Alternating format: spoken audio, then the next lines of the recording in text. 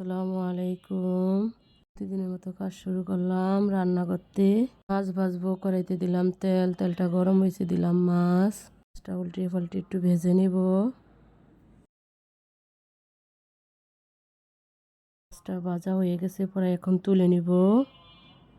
দিয়ে মাছ দিয়ে রান্না করব। দিয়ে দিলাম তেল, দিলাম পেঁয়াজ, একটু ভেজে নিব।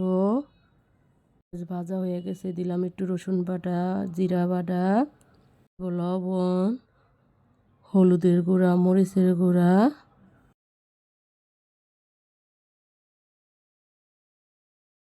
কাঁচামরিচ দিয়ে দিব, একটু পানি দিয়ে মশলাটা ভালোভাবে কষিয়ে নিব।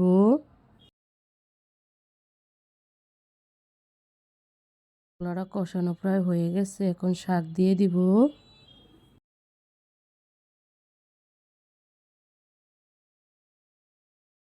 ঢাকনা দিয়ে ঢেকে দিব। কিছুক্ষণ পরে ঢাকনা উল্টে একটু নেড়ে ছেড়ে দিব।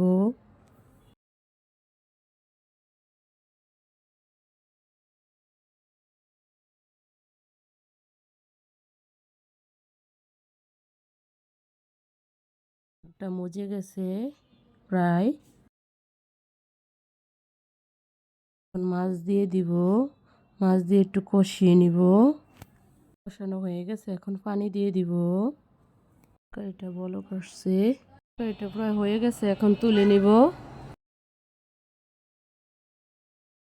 সিম পাতুরি করব। কড়াইতে দিলাম তেল, দিলাম পেঁয়াজ, পেস্ট একটু ভেজে নিব।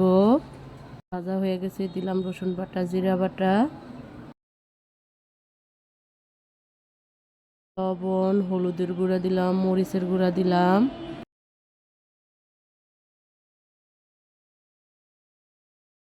একটু পানি, কাঁচামরিচ দিয়ে মশলাটা একটু কষিয়ে নিব।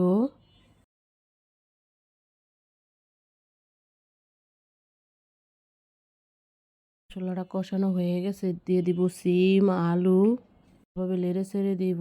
ঢাকনা দিয়ে ঢেকে দিব।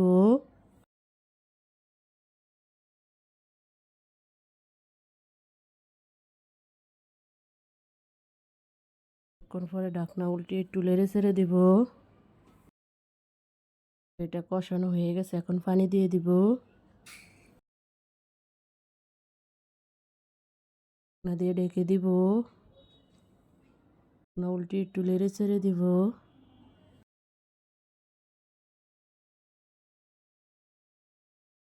এটা ফ্রাই হয়ে গেছে, এখন ধনিয়া পাতা দিয়ে দিব।